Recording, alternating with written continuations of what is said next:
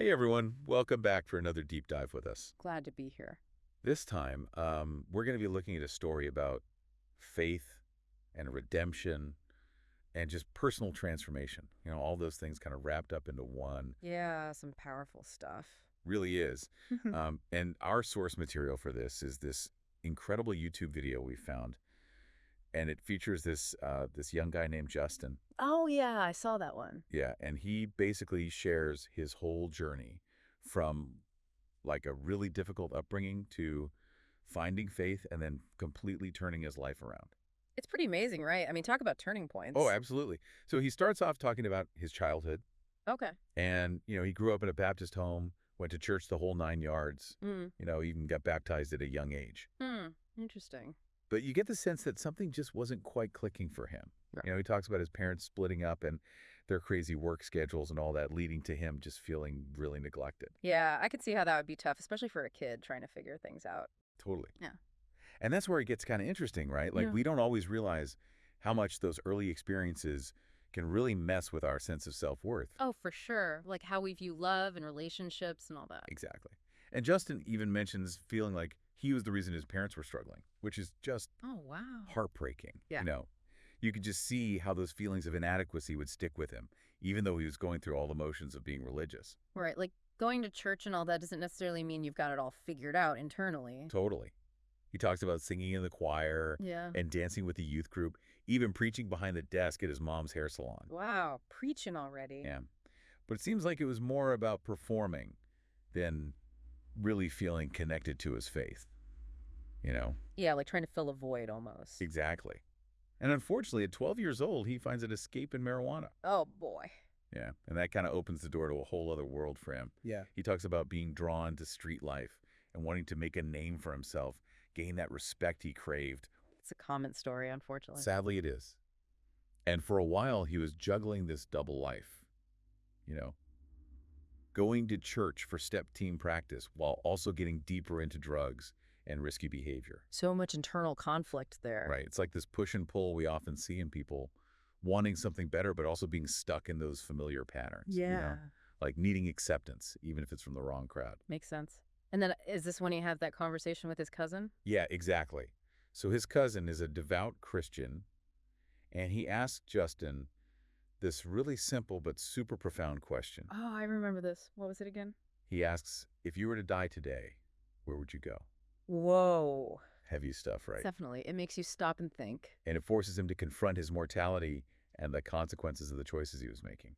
It's fascinating because even though Justin had this religious upbringing, that question just hit him in a totally different way. He says he knew the answer right then and there and just felt super convicted about the path he was on. So what happened then?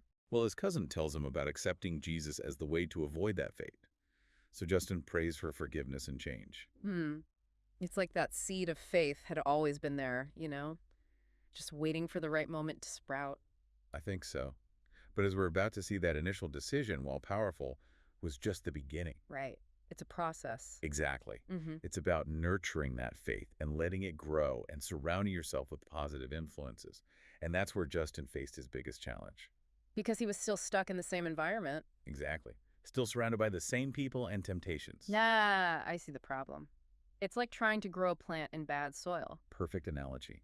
You need to create the right conditions for real transformation to happen. For sure. And at that point, Justin just wasn't ready to make that full shift. So what happened? Did he fall back into his old habits? He did. He ended up back in that street life, which just kept getting more and more dangerous. And then he has this near-death experience that really shakes him to his core. Oh no, what happened? He goes to a house party and ends up in a confrontation that gets way out of hand. Out of hand how? He gets stabbed 13 times. Oh my gosh. Yeah, in the eye, his arms, his head. It was brutal.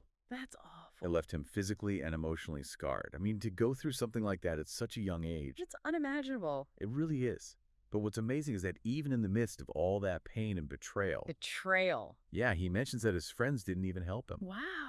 I can't believe that. I know, but even with all that, he starts to experience this shift within himself. What do you mean?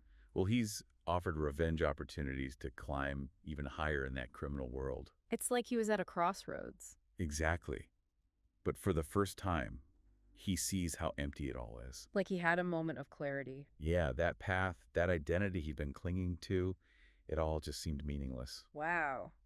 That's a powerful realization. And it's in that moment of despair and disillusionment Yeah. that you see the seeds of real transformation being sown. Like he was finally ready for a change. Like he was finally seeing his life with clear eyes and realizing he deserves something better. So what happened next? Well, that's where his journey takes another unexpected turn. So he's recovering from this horrible attack, and out of nowhere, this friend of his reaches out with an invitation. Okay, this should be interesting. Right, seems totally random. His friend Sam invites him to this boot camp. A boot camp. Yeah, like a faith-based retreat for young men. Oh, okay. It was supposed to help guide them toward a more positive path, I guess. I see. Honestly, though, if I was in Justin's shoes at that point, a boot camp would be the last thing I'd want to do. Yeah, I can imagine recovering from something like that, you just want to rest. Exactly. But there's a twist. What's that? Free food, Oh, free food, always a good motivator. especially for a young guy. That's what gets Justin to go and get this. It's at this boot camp that he has this incredibly profound experience with faith. Really? So it wasn't like the drills or the discipline that got to him or anything? Nope, not at all. It was a moment of quiet reflection. They showed the movie The Passion of the Christ. Oh, wow. And Justin said it just broke him down. He felt the weight of Jesus' sacrifice. Hmm. And it triggered this wave of emotion he'd never felt before. It's like all that pain he'd been carrying, all those years of searching for something more, it all just came pouring out. Exactly. It was a cathartic release. It led him to recommit to his faith, to truly give himself over to something bigger than himself. And this time the changes were real, right? Absolutely. He threw away all his drugs, his alcohol, his weapons, everything connected to that old life. Wow.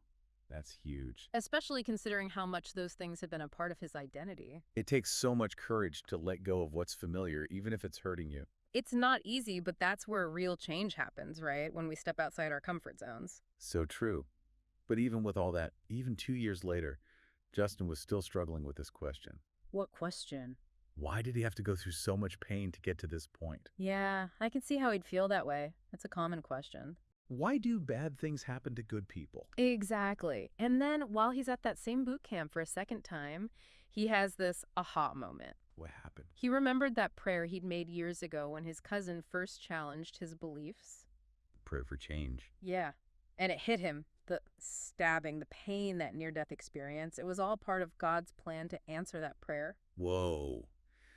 So all that he went through wasn't random or pointless. Yeah. It actually had a purpose. That's how he saw it. It was a catalyst for his transformation. Wow. It gave him the sense of peace about his past. Hmm. It allowed him to move forward without bitterness or regret. And that's exactly what he did, right? He sure did. He went back to school, got his engineering degree, and built a whole new life for himself. That's incredible. It's Yeah. amazing how our perspective can change when we see the bigger picture. It really is. Hmm. So what happened to Justin after all that? Well, he got married, had children, even became a minister. A minister. Yeah, sharing his story and inspiring others to find hope and redemption. But what's most striking is his sense of contentment.